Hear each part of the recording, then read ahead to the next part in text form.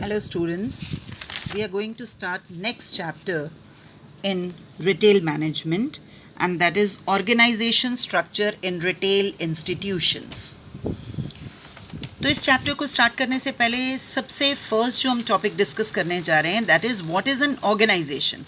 तो जब हमें ऑर्गेनाइजेशन स्ट्रक्चर की बात करनी है तो पहले डिस्कस करते हैं ऑर्गेनाइजेशन क्या है.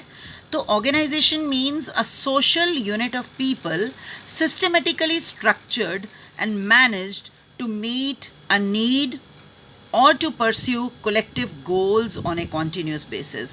तो हम organization एक ऐसे group of people को कह रहे हैं जो एक साथ इकट्ठे होते हैं कुछ collective goals को achieve करने के लिए, and achievement of this collective goals is not one time, it is continuing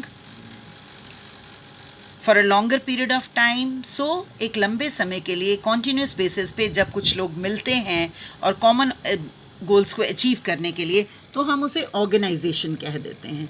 चलिए इसी को और ज़्यादा डिटेल में डिस्कस करते हैं. An organisation means a group of people who gather together to achieve a definite purpose.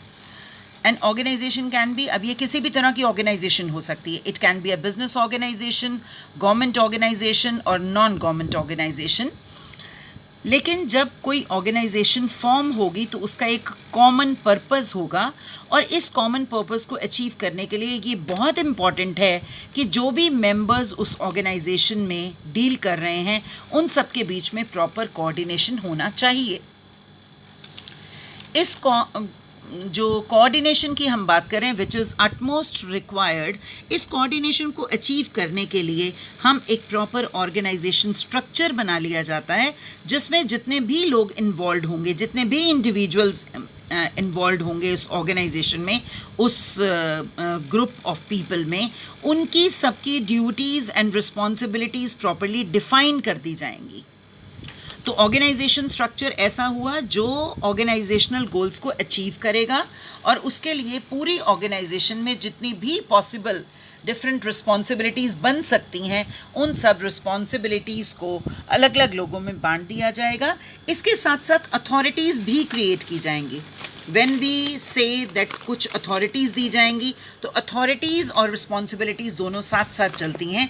तो मेनली हमने ऑर्गेनाइजेशन में कहा कि it is a group of people जो एक कॉमन ऑब्जेक्टिव को अटेन करने के लिए एक साथ होते हैं, और उसके साथ साथ इनको एक स्ट्रक्चर में डिवाइड कर दिया जाएगा. और स्ट्रक्चर में डिवाइड करने का मतलब है कि आप टोटल ऑपरेशंस को अलग अलग लोगों में बांट देंगे, उनकी अलग अलग अथॉरिटीज़ उनको दे दी जाएंगी, उनकी अलग अलग रिस्पॉन्सिबिलिटीज़ बना दी जाएंगी. तो ऑर्गेनाइजेशन स्ट्रक्चर डिफाइन करेगा उन रिस्पॉन्सिबिलिटीज़ को. एंड इस ऑर्गेनाइजेशन स्ट्रक्चर के थ्रू हम बहुत सारे काम कर सकते हैं. Coordination between various individuals involve, supervision का काम किया जाएगा, कंट्रोल का काम किया जाएगा, and all this is possible only through forming an organisation structure. तो आप देख पा रहे हो ऑर्गेनाइजेशन स्ट्रक्चर में एक सिंबॉलिक डायग्राम दिया गया है that how it is formed. And the most important thing is it is not necessary that in all the organizations there is a hard and fast rule that a definite prescribed format is there. No, that's not the case. हर organisation अपनी मर्जी के मुताबिक, अपनी ज़रूरत के मुताबिक अलग अलग तरह का ऑर्गेनाइजेशन स्ट्रक्चर बना सकती है. And with the passage of time, if they are following a particular organizational structure, it is not compulsory कि वो change नहीं कर सकते. अगर उनको लगता है कि हमारे objectives को attain करने के लिए we need to change it, they may change it. There is flexibility. तो ये हुई organization structure की बात. अब बात करते हैं इसकी need या importance क्या है, क्या ज़रूरत है इस ऑर्गेनाइजेशन स्ट्रक्चर की, या अगर हम ऑर्गेनाइजेशन स्ट्रक्चर फॉर्म करेंगे तो उससे क्या फ़ायदे मिलेंगे, क्या इंपॉर्टेंस होगी इसकी, क्या बेनिफिट्स मिल जाएंगे उस रिटेल ऑर्गेनाइजेशन को. रिटेल ऑर्गेनाइजेशन इसलिए because here we are referring to retail organization, otherwise organization structure is important for all the organizations whether they are related to retail sector or manufacturing sector, every sector. But here we are talking about retail sector.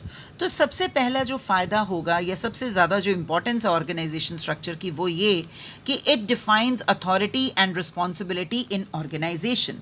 जितने भी लोग involve हैं हमारी organisation में, जो भी लोग काम कर रहे हैं, उनके में किस पर्सन की क्या अधिकार सीमा है, क्या उसकी अथॉरिटीज़ हैं, उसकी जिम्मेदारी क्या है, मतलब उसकी ड्यूटीज़ एंड रिस्पॉन्सिबिलिटीज़ क्या हैं, उसको डिफ़ाइन करने के लिए ऑर्गेनाइजेशन स्ट्रक्चर होना बहुत ज़रूरी है। Then it creates reporting relationships. Reporting relationship से हमारा मतलब ये है कि हर इंडिविजुअल को जब रिपोर्टिंग रिलेशनशिप पता लग जाएगा, it means we are going to define that to whom he has to report. Each individual ने किसको रिपोर्ट करना है ये पता होना बहुत ज़रूरी है, and it is conveyed through organisation structure. Then is fixing the responsibilities. हमने अथॉरिटीज़ डिफाइन कर दी, हमने रिपोर्टिंग रिलेशनशिप्स कर दिए, और इसी के साथ साथ हमने रिस्पॉन्सिबिलिटीज़ भी फिक्स कर दी। रिस्पॉन्सिबिलिटी फिक्स करने से क्या फ़ायदा होगा? In case of any problem we will be able to know कि किसे पूछा जाना चाहिए that why this is not done. So fixing of responsibilities is possible through organization structure. Then it provides a roadmap for promotion of employees.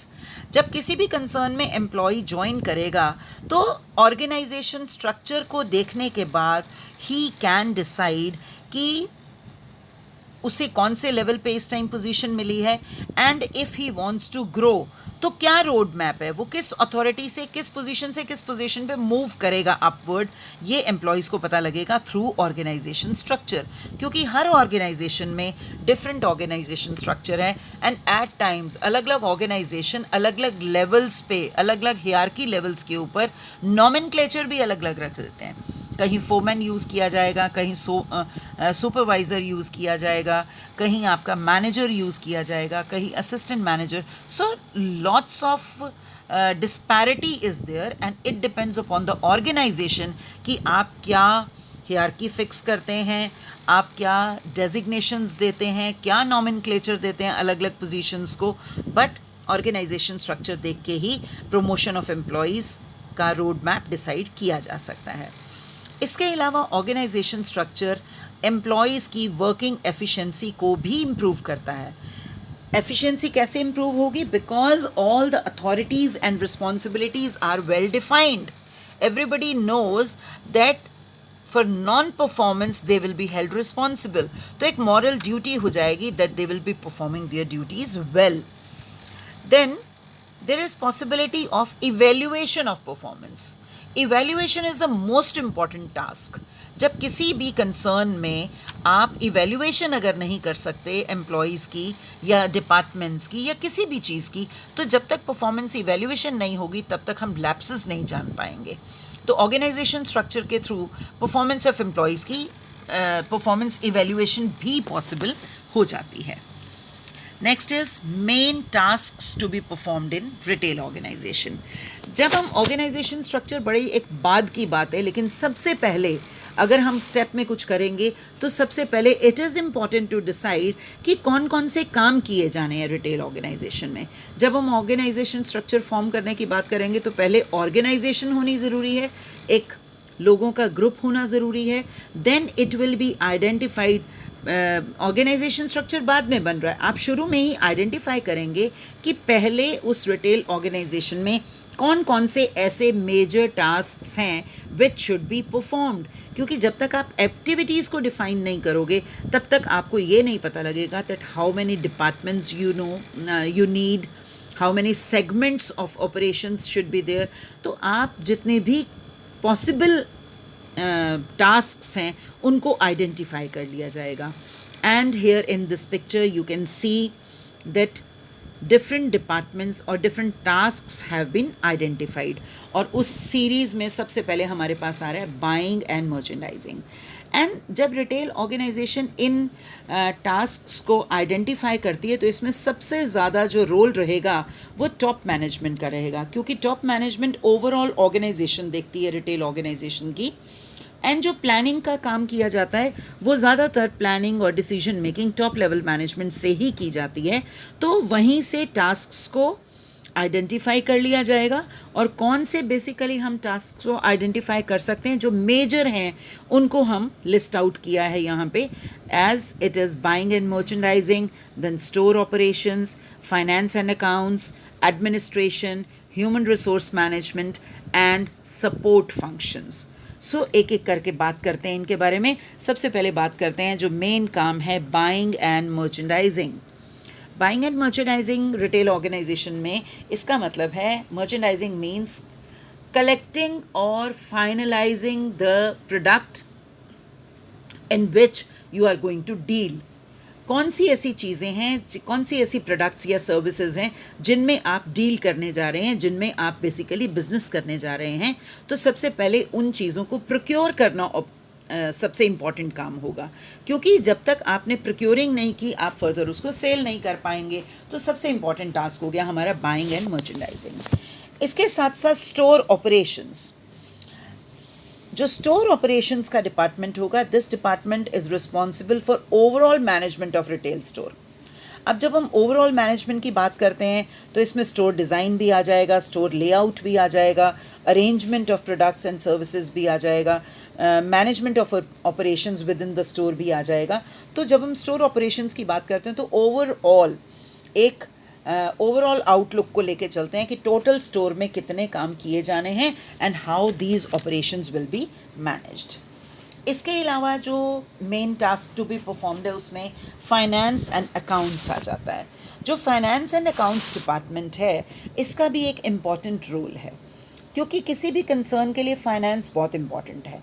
तो इस finance and accounts department का mainly काम होगा, पहले फाइनेंस की बात करते हैं। अकाउंटिंग वाले तो जितनी भी ट्रांजैक्शंस हैं उनकी अकाउंटिंग के ऊपर मेनली काम करेंगे, बट जो फाइनेंस डिपार्टमेंट होगा उनका मेजर काम होगा सबसे पहले सोर्सेज ऑफ फाइनेंस आइडेंटिफाई करना, एस्टीमेट लगाना कितना फ़ंड रिक्वायर्ड है, और फिर वेरियस डिपार्टमेंट्स को फाइनेंस एलोकेट करना ताकि वो अपने ऑपरेशंस को आराम से कर पाएँ, स्मूथली ऑपरेशंस को किया जा सके। एंड इसके साथ साथ जब हम अकाउंटिंग की बात करते हैं तो whatever you are doing उन सारी एक्टिविटीज़ को प्रॉपरली अकाउंट फॉर करना, फाइनेंशियल ट्रांजैक्शंस को, ये अकाउंट्स डिपार्टमेंट का काम हो जाएगा। नेक्स्ट आ जाती है हमारी एडमिनिस्ट्रेशन। एडमिनिस्ट्रेशन में आप जितनी भी तरह का जो पेपर वर्क हो रहा है वो सब एडमिनिस्ट्रेशन डिपार्टमेंट में किया जाएगा। तो जो आपके रिटेल स्टोर के ओवरऑल अफेयर्स हैं उनकी मैनेजमेंट का काम और सब तरह के रिकॉर्ड्स मेंटेनेंस का काम एडमिनिस्ट्रेशन डिपार्टमेंट करेगा। इसके अलावा नेक्स्ट आ जाता है हमारा ह्यूमन रिसोर्स मैनेजमेंट। जो ह्यूमन रिसोर्स डिपार्टमेंट है this is very very important, क्योंकि जितने हमारे डिफरेंट फैक्टर्स ऑफ प्रोडक्शन है, प्लांट हो गया आपका, मशीनरी हो गई, तो जितने भी हमारे डिफरेंट फैक्टर्स ऑफ प्रोडक्शन है उनमें मेनली हम लेके चलते हैं मैन, मटेरियल, मशीनरी, लेकिन इन सब में जो सबसे इम्पॉर्टेंट है दैट इज़ ह्यूमन रिसोर्स। और ह्यूमन रिसोर्स की मैनेजमेंट के लिए जो डिपार्टमेंट काम करेगा उसे हम HR डिपार्टमेंट कह देते हैं। इसलिए काम करना अपने ह्यूमन रिसोर्सेज पे इम्पॉर्टेंट है क्योंकि ये सबसे इम्पॉर्टेंट फैक्टर है, क्योंकि ये सबसे ज़्यादा प्रॉब्लमेटिक भी होगा।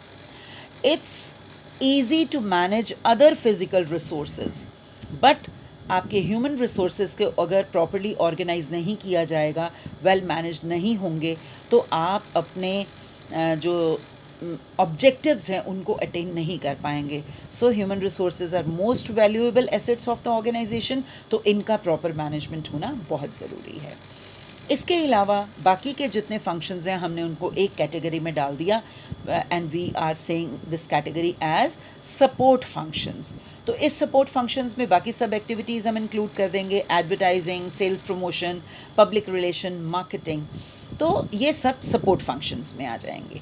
तो जो हमने अब डिस्कशन की उसमें हमने मेनली जितने इम्पॉर्टेंट टास्क्स हो सकते थे उनको डिफरेंट कैटेगरीज़ में डिवाइड कर दिया, और ये कैटेगरीज़ आपके सामने हैं जिनका हमने अभी डिस्कशन किया है। तो जब आपने मेन टास्क्स फाइनलाइज कर लिए, तो अब आप जब ये सारे टास्क आपने आइडेंटिफाई कर लिए तो ये सब टास्क परफॉर्म करने के साथ साथ कुछ और भी चीज़ें डिसाइड की जाएंगी, जैसे हमारी टारगेट मार्केट क्या होगी, उसका साइज़ क्या होगा, स्केल ऑफ ऑपरेशंस क्या होगा, एम्प्लॉयज़ हमें कौन से रखने हैं। एंड जब आप इन सब चीज़ों को, इन टास्क्स को प्रॉपरली डिफ़ाइन कर देते हैं, कामों को डिवाइड कर दिया, कुछ लोगों के हवाले कर दिया, कुछ पर्सन्स आपने अपॉइंट कर लिए और उनकी रिस्पॉन्सिबिलिटीज़ फिक्स कर दी, तो एक प्रॉपर ऑर्गेनाइजेशन स्ट्रक्चर बन जाएगा। इसका मतलब ऑर्गेनाइजेशन स्ट्रक्चर बनाने से पहले इंपॉर्टेंट काम क्या था? टास्क्स को आइडेंटिफाई करना, फिर पर्सन्स को रिक्रूट करना, उनमें वो टास्क को डिवाइड करना एंड फिर रिस्पॉन्सिबिलिटीज़ फिक्स करना।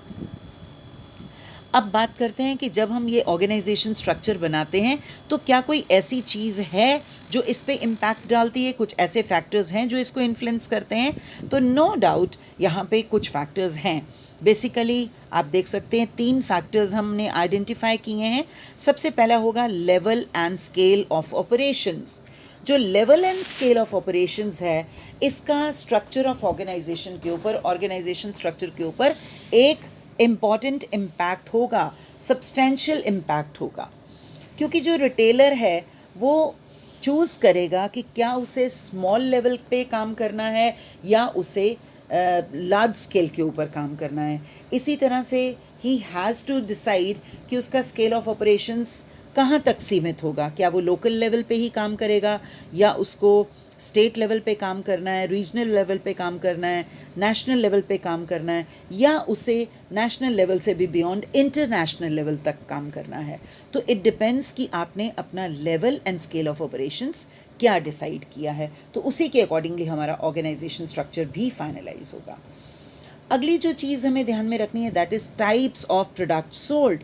आप किस तरह की आइटम्स में डील कर रहे हैं, आपका मर्चेंडाइज प्लानिंग आपकी क्या है, कौन किन चीज़ों में आप डील करने वाले हैं, कौन से प्रोडक्ट्स आप बेचने वाले हैं, तो इससे भी फ़र्क पड़ेगा। अब प्रोडक्ट्स फास्ट मूविंग प्रोडक्ट्स हो सकते हैं, ड्यूरेबल गुड्स हो सकती हैं, पेरिशेबल गुड्स हो सकती हैं, स्लो मूविंग प्रोडक्ट्स हो सकते हैं।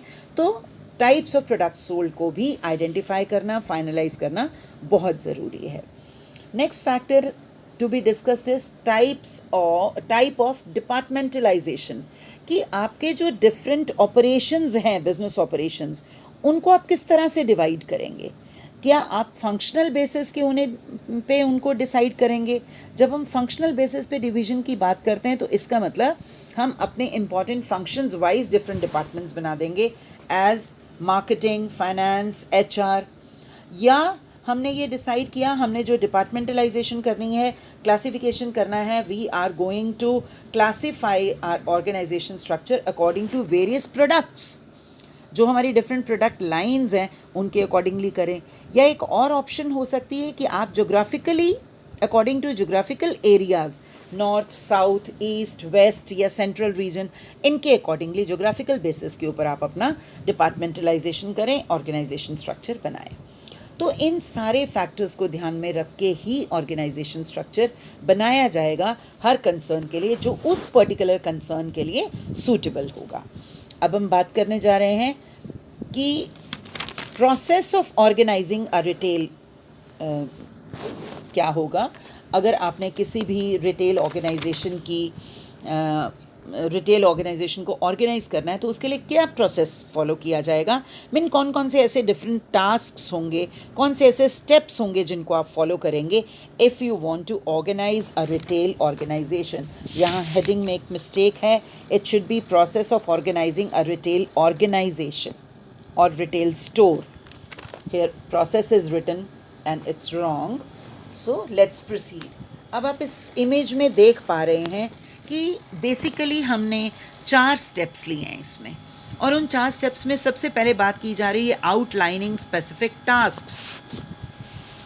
तो आउटलाइनिंग स्पेसिफिक टास्क्स हम पहले भी बात कर चुके हैं कि कुछ इम्पॉर्टेंट टास्क्स को आइडेंटिफाई कर लिया जाएगा, फिर उन टास्क के अकॉर्डिंगली हम डिफरेंट डिपार्टमेंट्स फाइनलाइज कर लेंगे और उन डिपार्टमेंट्स को ये सारे के सारे काम दे दिए जाएंगे। हमने ऑलरेडी इन डिपार्टमेंट्स के बारे में बात की है जब हमने कहा था कि मेजर हमारी एक्टिविटीज़ होंगी buying and merchandising, finance, HR, administration, store operation, support functions. We have already discussed this. Then जब हमने ये टास्क्स आइडेंटिफाई कर लिए तो दूसरा स्टेप होगा grouping these tasks into jobs. अब जो आपने अलग अलग काम किए हैं उनको अलग अलग लोगों के बीच में, अलग अलग लेवल्स के बीच में डिवाइड करने का काम है। तो आप बहुत सारे डिफरेंट डेजिग्नेशंस फाइनलाइज करोगे, और उन डेजिग्नेशंस की क्या अथॉरिटीज़ होंगी, क्या रिस्पॉन्सिबिलिटीज़ होंगी, वो डिसाइड किया जाएगा। और कुछ ग्रुपिंग ऑफ एक्टिविटीज़ कर दी जाएगी। अब कुछ एग्जाम्पल्स मैं डिस्कस करने जा रही हूँ यहाँ पे।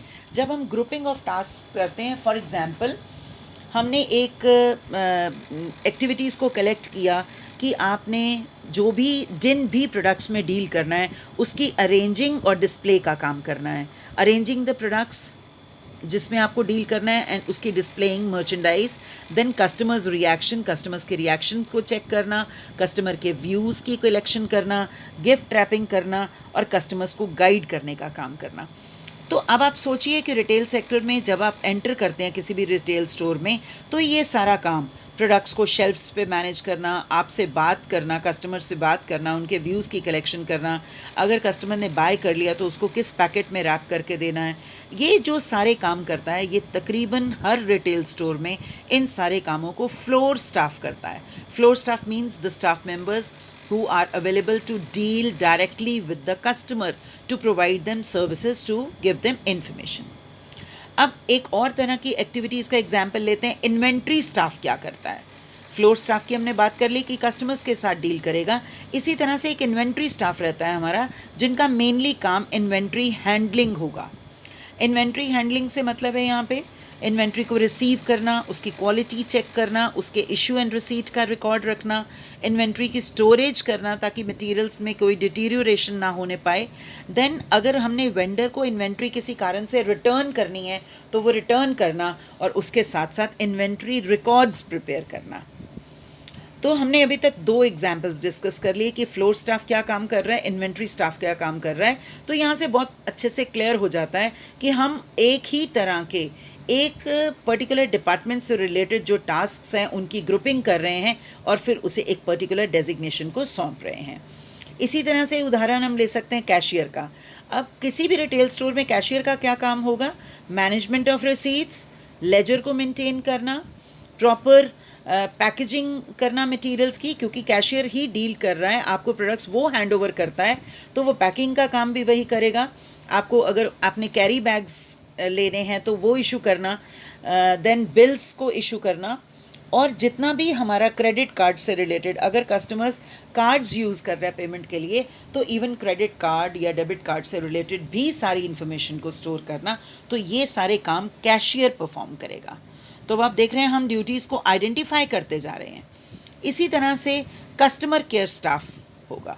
तो अब ये कस्टमर केयर स्टाफ क्या करेगा? इन्वेंट्रीज़ को मेंटेन करेगा, कोई रिपेयर्स करनी है, कोई कस्टमर की क्वेरीज़ हैं, जैसे कुछ उन्होंने सामान बदलना है, कोई रिटर्न करना है, कोई रॉन्ग डिलीवरी हुई है, इस सब को मैनेज करना, कोई भी अगर कंप्लेंट्स आ रही हैं कस्टमर्स की उनकी टेक केयर करना, एंड अगर कोई रिसर्च एंड डेवलपमेंट है तो उसको फॉलो अप करना। इसी तरह से एचआर स्टाफ एचआर से रिलेटेड काम करेगा। हमने ऑलरेडी एचआर से रिलेटेड बात की है, और बेसिकली इनके काम क्या होंगे? रिक्रूटमेंट, सिलेक्शन, ट्रेनिंग, सेल्स को फोकास्ट करना, बजटिंग करना, प्राइसिंग करना, और जितनी भी डिफरेंट एक्टिविटीज़ हैं उनके बीच में, एक्टिविटीज़ के साथ साथ डिफरेंट डिपार्टमेंट्स में कोऑर्डिनेशन एस्टैब्लिश कराना। इसके अलावा एक और एग्जाम्पल हम ले सकते हैं जेनिटोरियल स्टाफ। ये जो cleaning and maintenance services provide करता है हमारे रिटेल स्टोर में। आपका क्लीनिंग, स्टोर की क्लीनिंग का काम है, फ्लोर की वॉशिंग का काम है, शेल्फ्स की रिपेयरिंग का काम है, या जितने भी रैक्स एंड कैबिन्स हैं उनकी मेंटेनेंस का काम है। तो जितनी हमने अब डिस्कशन की, इसमें हमने अलग अलग तरह की जॉब्स को आइडेंटिफाई किया, उनकी ग्रुपिंग की, और फिर एक स्टाफ को आइडेंटिफाई करके उनके ज़िम्मे वो काम आपने सौंप दिया। इसके बाद नेक्स्ट स्टेप हमारा आ जाता है जॉब क्लासिफिकेशन। अब जॉब्स की जब हम क्लासिफिकेशन करते हैं तो उसके वही 3 तरीके आ गए।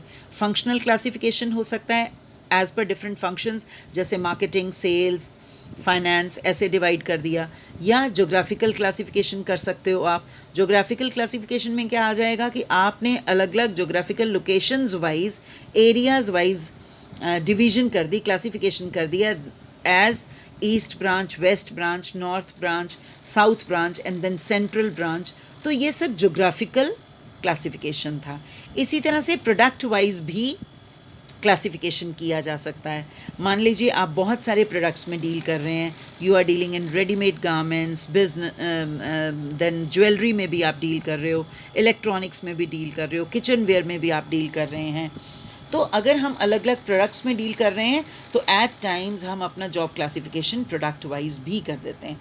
सो jobs can be classified according to various forms, functional, geographical and product wise. अब अगर स्केल ऑफ ऑपरेशंस बहुत ज़्यादा है, बहुत लार्ज स्केल पे आप काम करते हैं, तो according to the special needs और ज़्यादा क्लासिफिकेशंस भी डेवलप की जा सकती हैं। अब लास्ट स्टेप आ गया हमारा development of an organisation chart. तो इस तक पहुंचने के लिए हमने क्या क्या किया है, पहले कुछ टास्क आइडेंटिफाई किए हैं, फिर उन डिफरेंट टास्क की ग्रुपिंग करके उनकी जॉब्स आइडेंटिफाई कर दी, देन जॉब क्लासिफिकेशन किया, और अब बनने जा रहा है हमारा ऑर्गेनाइजेशन चार्ट। जब आपने अलग अलग जॉब्स को क्लासीफाई कर दिया तो नेक्स्ट स्टेप बनता है हमारा ऑर्गेनाइजेशन चार्ट बनाना। And organisation chart is one that directs the whole organization and establishes the reporting relationships. ये पूरी ऑर्गेनाइजेशन को डायरेक्शंस देगा और किसने किसको रिपोर्ट करना है ये आइडेंटिफाई करेगा। इसका मतलब आपने अथॉरिटीज़ एंड रिस्पॉन्सिबिलिटीज़ को आइडेंटिफाई कर दिया, सुपीरियर सबऑर्डिनेट रिलेशनशिप्स को आइडेंटिफाई कर दिया, एंड इसके थ्रू आपने रिस्पॉन्सिबिलिटीज़ को फिक्सअप कर दिया that who is doing what. And जो आपका वेल डिफाइंड ऑर्गेनाइजेशन चार्ट होगा वो कंट्रोलिंग टूल का भी काम करेगा, बिकॉज यू हैव आइडेंटिफाइड कि हर पर्सन ने क्या काम करना है। तो कंट्रोलिंग पार्ट भी किया जा सकेगा कि जो भी टास्क अलॉट किए गए हैं किसी पर्सन को, क्या वो पर्सन वो वाले टास्क परफॉर्म कर रहा है या नहीं कर रहा। If he is doing well he can be given incentives या promotions, and if that person is not performing those functions well तो आप पेनल्टीज़ भी दे सकते हैं, आंसरेबल भी किया जा सकता है उस पर्टिकुलर पर्सन को। So this was all about process of organising a retail store. आगे हम बात करते हैं अब कुछ ऑर्गेनाइजेशन स्ट्रक्चर्स की। तो अभी हमने जब जॉब क्लासिफिकेशन की बात की थी, then we said that we can classify jobs on functional basis और on the basis of products और ऑन जोग्राफिकल बेसिस। तो सबसे पहले हम जोग्राफिकल ऑर्गेनाइजेशनल चार्ट की ही बात करने जा रहे हैं। यहाँ पे हमने एग्जाम्पल ले लिया एक ड्रग कंपनी का। तो इस ड्रग कंपनी में सबसे पहले आपने ले लिया है प्रेसिडेंट, उसके बाद डिफरेंट वाइस प्रेसिडेंट्स ले लिए, और क्योंकि यहाँ डिवीजन जोग्राफिकल बेसिस के ऊपर है तो आपके क्या बेसिस बन जाएंगे, जो आपकी 4 डायरेक्शंस हैं उनके अकॉर्डिंगली। सेंट्रल रीजन ले लिया आपने, east, west, north, south, so you can see these 5 divisions. तो हमने जोग्राफिकल एरियाज वाइज भी हम ऑर्गेनाइजेशन स्ट्रक्चर बना सकते हैं। और क्या पॉसिबिलिटी है कि आप फंक्शनल ऑर्गेनाइजेशन चार्ट बना सकते हो। जब हम फंक्शनल ऑर्गेनाइजेशन चार्ट की बात करते हैं तो आप प्रेसिडेंट, अब बहुत सारी कंपनीज प्रेसिडेंट के साथ वाइस प्रेसिडेंट रख देंगी, और फिर उसके बाद बाकी के डिपार्टमेंट्स होंगे। क्या होंगे वो बाकी के departments? Marketing and sales can be there, operations can be there, international department आप रखेंगे जो इंटरनेशनल एक्टिविटीज से डील करेगा, then finance department can be there, research and development can be there. तो ये हो गया हमारा फंक्शंस वाइज ऑर्गेनाइजेशन चार्ट। अब इसके अलावा प्रोडक्ट वाइज ऑर्गेनाइजेशन चार्ट भी हो सकता है। If you are dealing more than one product तो आप हर प्रोडक्ट को अलग अलग 3 कैटेगरीज में डिवाइड कर देंगे और फिर फर्दर उसमें सेगमेंट्स किए जा सकते हैं। जैसे मान लीजिए अगर आप इलेक्ट्रॉनिक्स में डील कर रहे हैं तो उसमें आगे डिफरेंट कैटेगरीज बना दोगे। अगर आप कोई गारमेंट्स के बिज़नेस में कर रहे हैं तो उसमें आगे आप कैटेगरीज बना देंगे कि जेंट्स का सेक्शन ये है, लेडीज़ का सेक्शन ये है, किड्स का सेक्शन ये है। तो इट मीन्स आपने यहाँ प्रोडक्ट वाइज डिविजन्स करनी हैं। इसके अलावा अब हम बात करने जा रहे हैं कंबाइंड ऑर्गेनाइजेशन स्ट्रक्चर की। बहुत सारी ऑर्गेनाइजेशन में इस कंबाइंड ऑर्गेनाइजेशन चार्ट को यूज़ किया जाएगा। तो आप देख पा रहे हो इस इमेज में सबसे पहले ऊपर एमडी है। अब यहाँ पे आप नॉमेनक्लेचर कुछ भी रख सकते हो। बहुत सारी कंसर्न्स इसको एमडी बुलाएंगी और बहुत सारी जगह पे यहाँ पे इसको प्रेसिडेंट, वाइस प्रेसिडेंट इस तरह से भी डिवीज़न किया जा सकता है। It depends upon concern. अब सबसे पहले इसमें डिवीज़न हमने कर दिया on the basis of functions, जिसमें हमने inventory, HR, sales promotion, then store operations and security incharge, ये सेगमेंट्स बनाए। फिर आगे हम उसमें डिवीजन करते जा रहे हैं।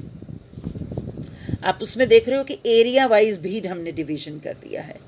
एरिया वाइज डिवीजन करने के साथ साथ आप देख रहे हो कि आगे जहाँ sports manager and furniture manager लिखा है, इसका मतलब हमने प्रोडक्ट वाइज भी आगे फर्दर डिवीजन कर दिया है। तो बहुत सारी कंसर्न्स जिन्हें लगता है कि हम कोई पर्टिकुलर एक ब्रांच तीनों में से नहीं यूज़ कर सकते, हमें सभी को यूज़ करना है, तो they can use combined organisation structure too. Again I need to repeat कि ऑर्गेनाइजेशन स्ट्रक्चर कभी भी कोई प्रिस्क्राइब्ड गवर्नमेंट से नहीं हो सकता, किसी भी इंस्टीट्यूशन से नहीं हो सकता। It will depend upon the organisation, upon the particular business entity कि वो कौन सा ऑर्गेनाइजेशन स्ट्रक्चर फॉलो करना चाहते हैं। अब हम बात कर लेते हैं कि अगर हम ऑर्गेनाइजेशन स्ट्रक्चर्स को अलग अलग कैटेगरीज में बांटना चाहें तो कितनी तरह के ऑर्गेनाइजेशन स्ट्रक्चर हो सकते हैं। एंड बेसिकली यहाँ जब हम डिवीजन की बात कर रहे हैं तो हम अपने डिफरेंट टाइप्स के रिटेल सेगमेंट्स वाइज बात कर रहे हैं। As you can see, we have divided this classification into 3 categories. सबसे पहले हम बात करेंगे organization structure for a small store. अगर कोई एक स्मॉल स्टोर है, सिंगल स्टोर है, इंडिपेंडेंट रिटेलर है, उसका ऑर्गेनाइजेशन स्ट्रक्चर कैसा होगा। Then organisation structure for a retail chain या फॉर अ डिपार्टमेंटल स्टोर क्या होगा, एंड इसी तरह डाइवर्सिफाइड रिटेलर्स के लिए क्या होगा। तो अब सबसे पहले बात करते हैं organisation structure for a small store. अब जो स्मॉल स्टोर है उसमें आपके ग्रॉसरी शॉप्स आ जाती हैं, क्लॉथ मर्चेंट्स आ जाते हैं, लोकल किराना शॉप्स आ जाएंगी, शू सेलर्स आ जाएंगे, डिफरेंट बुटीक्स आ जाएंगे। और यहाँ भी it's not very important that whatever organisation chart I am depicting here in this image, it is compulsory for any small scale organisation कि उनको यही फॉलो करना है। No, that's not the case. They can make such job responsibilities या इस तरह की classifications वो अपनी नीड वाइज भी कर सकते हैं। लेकिन यहाँ हमने जो डिस्कस किया है मैं उसको इलेबोरेट कर देती हूँ। सबसे पहले हमने रिटेल मैनेजर ले लिया, जो भी आपका ओनर है उसको ले लिया। फिर रिटेल मैनेजर ने या उस ओनर ने अपने पास आगे एक पर्सन आइडेंटिफाई कर दिया जिसे वो स्टोर हेड या मैनेजर कह रहा है, ओवरऑल मैनेजर। फिर उसको असिस्टेंट मैनेजर भी आप नाम दे सकते हो, स्टोर हेड भी दे सकते हो, मैनेजर भी दे सकते हो, it depends upon your choice. फिर उस मैनेजर या असिस्टेंट मैनेजर के नीचे हमने सुपरवाइज़र अपॉइंट कर दिया। फिर उस सुपरवाइज़र के साथ हमने डिफरेंट सेल्स का स्टाफ अपॉइंट कर दिया। अब यहाँ एक सुपरवाइज़र के अंदर अलग अलग सेल्समैन अपॉइंट कर सकते हैं, या आपको लगता है कि आपका स्केल ऑफ ऑपरेशंस थोड़ा सा ज़्यादा है तो आप एक पर्टिकुलर नंबर ऑफ स्टाफ एक सुपरवाइज़र के अंडर कर सकते हैं। Span of control you have to decide कि एक सुपरवाइज़र के अंडर कितना सेल्समैन होगा, ये हमें डिसाइड करना है according to scale of business. Next बात करते हैं हम अपनी organisation structure for a departmental store. अब डिपार्टमेंटल स्टोर में स्केल ऑफ ऑपरेशंस इंक्रीज हो जाएगा। हो सकता है कि आपका स्टोर रीजनल या नेशनल बाउंड्रीज को भी क्रॉस कर गया हो, तो यहाँ पे अब ये भी हो सकता है कि क्या उसके बहुत सारे चेन स्टोर्स होंगे अलग अलग बिजनेस लोकेशंस पे। तो इन सब चीज़ों में हमारा अब यहाँ पे जो ऑर्गेनाइजेशन स्ट्रक्चर है वो थोड़ा सा कॉम्प्लेक्स हो जाएगा। फिर आगे और चॉइसेस हैं कि आप डिफरेंट डिपार्टमेंट्स बना सकते हैं, रीजन वाइज बना सकते हो, स्टेट वाइज या कंट्री वाइज बना सकते हो, या आप अपनी प्रोडक्ट लाइंस वाइज बना सकते हो डिफरेंट सेगमेंट्स। तो हम यहाँ पे एक पर्टिकुलर तरह का एक डिपार्टमेंटल स्टोर का ऑर्गेनाइजेशन स्ट्रक्चर डिस्कस करने जा रहे हैं। And again important to say is that it is not compulsory for every departmental store to follow the same one. लेकिन हमने ये यहाँ जो डिस्कस किया है उसमें सबसे पहले हमने शेयर होल्डर्स ले लिए। अगर मान लीजिए कोई ऐसा है स्टोर जिसमें बहुत सारे लोगों ने इन्वेस्टमेंट्स की हुई, तो सबसे पहले shareholder, then board of directors ले सकते हो आप। उस बोर्ड के अंडर जो डिफरेंट सेगमेंट्स काम करेंगे उसमें लीगल डिपार्टमेंट को आप अलग कर सकते हो, देन फाइनेंस सेक्टर को आपने अलग कर लिया। अब फाइनेंसेस के अंडर भी अकाउंटिंग का काम करने वाले कुछ लोग होंगे और एक तरफ कैशियर होगा। उसके बाद आपके बोर्ड ऑफ डायरेक्टर्स के नीचे आपके डिफरेंट डायरेक्टर्स आ गए, या एक सिंगल डायरेक्टर हो सकता है as per scale of organisation. फिर डायरेक्टर में आपने आगे डिवीजन कर दिया, प्रोडक्शन डिपार्टमेंट दे दिया, उसके अंदर एक टेक्निकल डिपार्टमेंट बना दिया, मार्केटिंग का डिपार्टमेंट बना दिया, कस्टमर सर्विस का डिपार्टमेंट बना दिया, और फिर HR डिपार्टमेंट बना दिया। अब इन डिपार्टमेंट्स के आगे डिफरेंट और जो भी टास्क टू बी परफॉर्म्ड है उनके अकॉर्डिंगली नेक्स्ट सेगमेंट्स बनाते गए। जैसे प्रोडक्शन डिपार्टमेंट में हमने प्रोडक्शन को एक जगह डाल दिया, फिर क्वालिटी एश्योरेंस को डाल दिया जो क्वालिटी को मेंटेन करने के लिए काम करेगा, मेंटेनेंस का स्टाफ जो प्रोडक्शन इक्विपमेंट्स की, प्लांट एंड मशीनरी की मेंटेनेंस के लिए काम करेंगे, परचेजिंग का जो काम करेंगे रॉ मटेरियल का, एंड देन लॉजिस्टिक्स का जो काम करेंगे। तो you can C very well कि हम एक पर्टिकुलर टास्क में आगे कैटेगरीज बनाते जा रहे हैं, टास्क्स को डिवाइड कर दिया है जहां नंबर ऑफ एक्टिविटीज़ ज़्यादा है। इसी तरह टेक्निकल डिपार्टमेंट को भी हमने कैटेगरीज में बांट दिया कि एक डिपार्टमेंट होगा जो प्रोडक्ट डिज़ाइन डेवलपमेंट पे काम करेगा और एक डिपार्टमेंट हो सकता है जो रिसर्च एंड डेवलपमेंट का काम करेगा, ताकि आने वाले इस टाइम में हमें किस तरह की कोई ऑल्ट्रेशंस करनी है उनको डिसाइड किया जा सके। इसी तरह नेक्स्ट हमने मार्केटिंग का डिपार्टमेंट ले लिया है। तो मार्केटिंग डिपार्टमेंट में आगे डिफरेंट काम किए जाएंगे। एडवर्टीजमेंट पे काम करना है तो एड क्रिएशन की एक टीम बना दीजिए आप, ट्रेड मार्केटिंग का अलग बना दीजिए, देन प्रमोशन, सेल्स प्रमोशन का या मीडिया कवरेज के लिए अलग कर दिया जाएगा, पब्लिक रिलेशंस के लिए अलग डेजिग्नेशन किया जा सकता है, मार्केट एनालिसिस के लिए मार्केट एनालिस्ट्स अपॉइंट किए जा सकते हैं। इसी तरह से नेक्स्ट कस्टमर सर्विस आ जाता है। तो कस्टमर सर्विस में आप इंफॉर्मेशन कलेक्ट करना, कस्टमर्स रिलेशनशिप मैनेजमेंट का काम करना, और इसी में इंजीनियरिंग डिपार्टमेंट का भी आप ले लोगे कि अगर कोई भी सर्विसेज प्रोवाइड करनी है तो वहाँ पे कोई प्लानिंग का पोर्शन अगर इन्वॉल्व है उसको वो टेक केयर करेंगे। सेम वे एचआर डिपार्टमेंट हमारा है। तो अब एचआर में आगे सेगमेंट्स क्या बना सकते हो, क्या डिविजन्स की जा सकती हैं। रिक्रूटमेंट का काम एक टीम कर सकती है, ट्रेनिंग प्रोवाइड करने का एक टीम काम कर सकती है, ऑफिस सपोर्ट कर सकती है कि अगर डेली बेसिस के ऊपर ऑफिस में किसी तरह का कोई सपोर्ट सिस्टम रिक्वायर्ड है, कोई गाइडेंस रिक्वायर्ड है तो ऑफिस सपोर्ट की एक टीम लग सकती है। इसी तरह से कंपनसेशन एंड बेनिफिट्स प्रोवाइड करने के लिए ऐसा डिपार्टमेंट जो एम्प्लॉयज़ को, जो हमारे ह्यूमन रिसोर्सेज को, उनको क्या कंपनसेशन दी जानी है, उनकी क्या रेम्यूनरेशन है, उसमें कब कितने स्केल ऐड किया जाएगा, किस तरह से इंसेंटिव्स दिए जाएंगे, इन सब को एलेबोरेट करेंगे। So this was all about organisation structure for a departmental store. अब हम बात करने जा रहे हैं organisation structure for diversified retailers.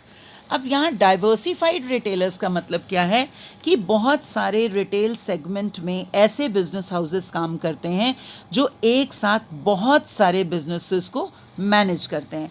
Group एक ही होगा, रिटेल कंपनी एक ही होगी, रिटेलर जो होगा वो एक ही होगा, but he will be dealing in so many variety of businesses. तो इसको हम कह देते हैं डाइवर्सिफाइड रिटेलर। तो अब इस तरह के केस में एक सेंट्रलाइज्ड ऑर्गेनाइजेशन स्ट्रक्चर भी बनाया जा सकता है और आप अपने अलग अलग बिजनेसेस वाइज भी बना सकते हो। अब यहाँ पे जो डाइवर्सिफिकेशन है वो ज़रूरी नहीं है, जो आपने अलग अलग तरह के बिजनेसेस हैं they can be unrelated businesses too. और इस तरह से आपको अपना ऑर्गेनाइजेशन स्ट्रक्चर एक कॉम्प्लेक्स बन जाएगा। आपको बहुत सारे चैनल्स को फॉलो करना होगा, और ये भी हो सकता है कि आपके बहुत सारे रिटेल स्टोर्स हैं और हर स्टोर पे अलग अलग काम किया जाता है।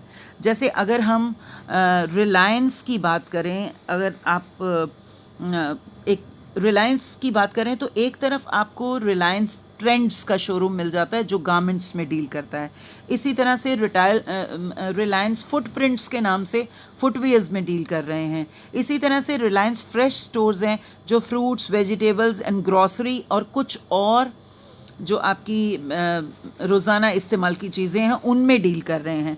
इट मीन्स है रिलायंस ग्रुप एक ही, लेकिन उसने डाइवर्सिफाइड अनरिलेटेड बिजनेसेस रखे हुए हैं, तो इसे हम कह देंगे डाइवर्सिफाइड रिटेलर्स।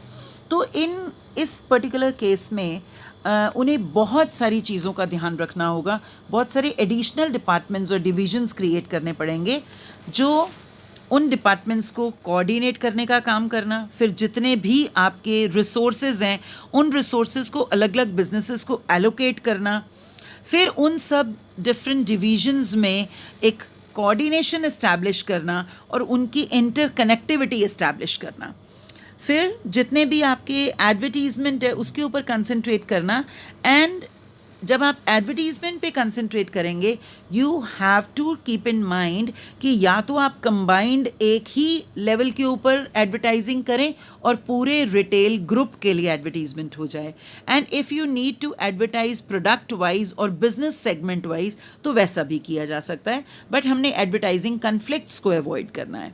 इसी तरह से मैनेजरियल स्किल्स का भी स्मार्ट यूज़ किया जाएगा। आप रीजनल बेसिस के ऊपर एक ओवरऑल इंचार्ज रख सकते हैं, या आप स्टोर वाइज रख सकते हैं, या आप बिजनेस वाइज रख सकते हैं।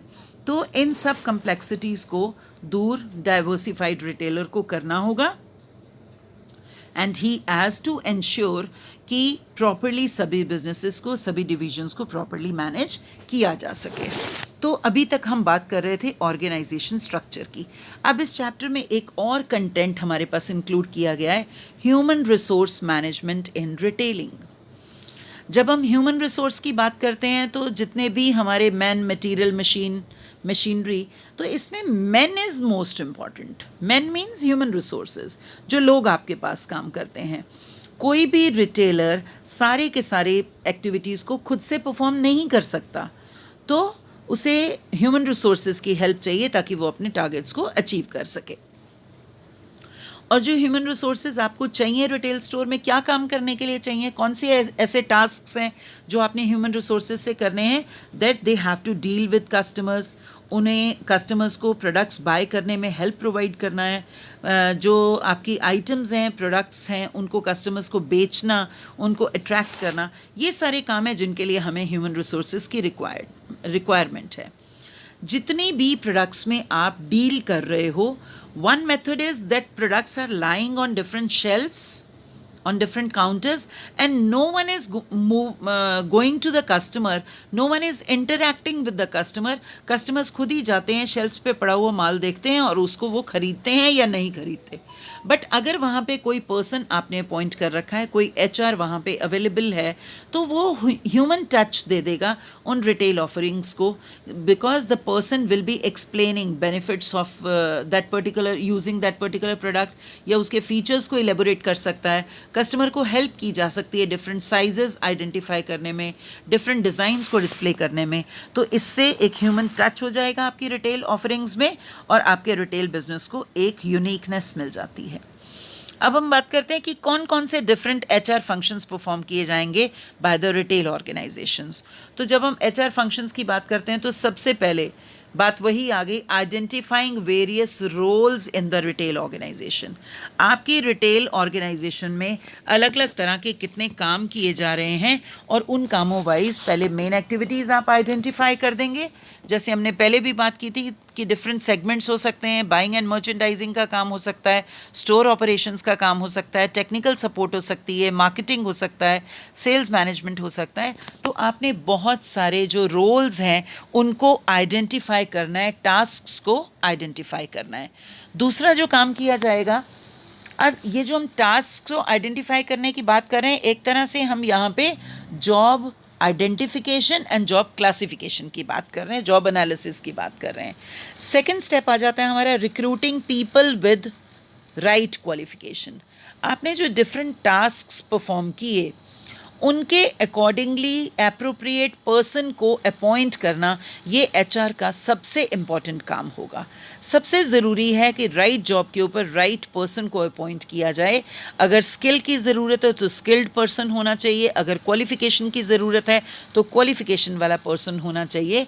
एंड जब आप रिक्रूटमेंट करते हो तो उसके वेरियस सोर्सेज हो सकते हैं। आप अपनी कंसर्न में काम करने वाले ही टेम्परेरी वर्कर्स को परमानेंट कर सकते हैं, आप कैंपस सिलेक्शंस कर सकते हो, या कोई भी एम्प्लॉय जिसे आप चांस देना चाहते हैं उसके पास्ट एम्प्लॉयर के रेफरेंस से दे सकते हैं, या न्यूज़पेपर में एडवर्टीज़मेंट के थ्रू आप कर सकते हो, डिफरेंट वेबसाइट्स के थ्रू किया जा सकता है, या प्लेसमेंट एजेंसीज़ के साथ किया जा सकता है। तो जो रिक्रूटमेंट का काम है वो HR डिपार्टमेंट करेगा। अलग अलग सोर्सेज से लोगों को इकट्ठा किया जाएगा, उनकी इंटरव्यूइंग की जाएगी और फिर फाइनल सिलेक्शन कर दिया जाएगा। नेक्स्ट काम जो HR डिपार्टमेंट हमारा करता है that is training the employees. अब ये जो ट्रेनिंग का पर्टिकुलर काम है ये भी HR का ही काम है, because if you are not providing training to the employees they will not be able to perform management functions properly. और अगर आपने उनको ट्रेन कर लिया तो उसमें आप अपने टारगेट्स को अचीव कर पाएंगे, because they will be able to perform in a better manner.